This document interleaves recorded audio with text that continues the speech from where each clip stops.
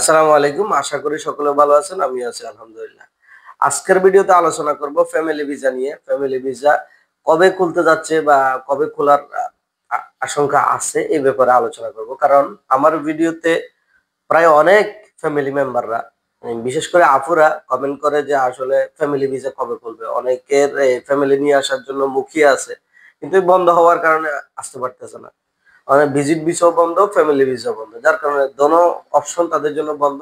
এই কারণে অনেক ভাইরা তাদের স্ত্রীদের নিয়ে আসতে পারতেছে না। টাকা পয়সা থাকলেও সবকিছু থাকলো। যার কারণে আজকের ভিডিওটা করা। তো আশা করি ভিডিওটা সম্পূর্ণ দেখবেন। দেখে শেয়ার করে আপনার বন্ধু-বান্ধব, আত্মীয়-স্বজনদেরকে জানিয়ে দিবেন। চ্যানেলে যদি নতুন হয়ে থাকেন অবশ্যই একটা সাবস্ক্রাইব করে যাবেন। পাশে থাকা বেল আইকনটা অন করে দিবেন যাতে পরবর্তী যেকোনো ভিসার আপডেট আপনাদের কাছে সবার আগে পৌঁছে যায়। তো চলুন শুরু করা যাক। দেখুন ফ্যামিলি ভিসা বন্ধ হয়েছে বেশি দিন হচ্ছে না। ফ্যামিলি ভিসা, ভিজিট ভিসা এগুলো বন্ধ হয়েছে আপনার ৩-৪ মাস, ৩-৪ মাস সর্বোচ্চ ৫ মাস এরকম হচ্ছে। এর আগে কিন্তু সবগুলা খোলা ছিল। এগুলো বন্ধ হওয়ারও কিছু কারণ আছে। ফ্যামিলি ভিসার, ভিজিট ভিসার ক্ষেত্রে বিশেষ করে অনেক কারণ আছে যেগুলো সবাই জানেন। ফ্যামিলি ভিসা, ভিজিট ভিসা সব ভিসা এখন বন্ধ হওয়ার কারণ একটাই। জানুয়ারি থেকে তাদের নতুন নিয়মে, নতুন আঙ্গিকে সবকিছু শুরু করবে। শুধু ইউএই না, আপনার তাদের গলফের যে দেশগুলো আছে, গলফ কান্ট্রি গুলো আছে, সবগুলা কিন্তু এক নিয়মে চলে আসার একটা চলতেছে, প্রক্রিয়া চলতেছে।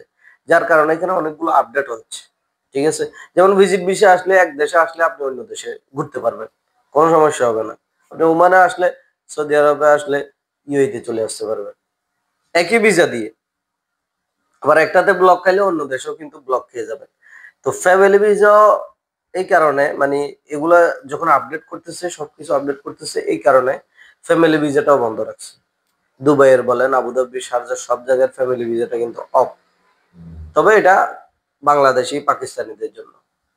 অন্যান্যদের জন্য এখনো ছাড় আছে। আমাদের শুধু বাংলাদেশ, পাকিস্তানিদের জন্য এই বিষয়টা। বিশেষ করে পাকিস্তানিদের জন্য এই জিনিসটা বন্ধ করা হয়েছে। বাঙালিরা যদিও কম দুর্নীতি করে, পাকিস্তানিরা এই জায়গাতে ফ্যামিলি ভিসাতে মানে মারাত্মক দুর্নীতি করে বসে আছে। আপনি কল্পনাও করতে পারবেন না কি ধরনের দুর্নীতি তারা করতেছে।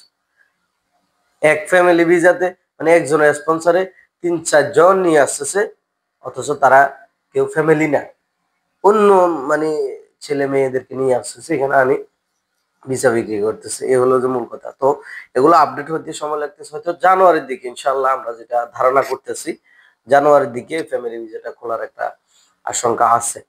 ফ্যামিলি ভিসা আর ভিজিট ভিসা।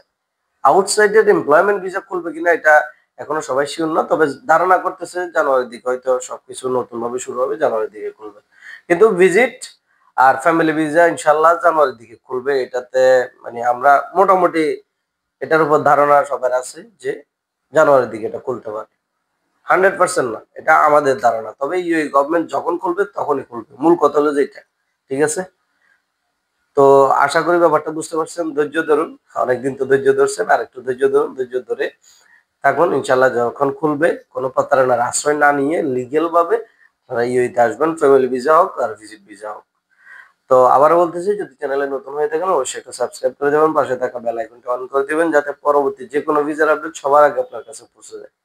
ধন্যবাদ সবাইকে।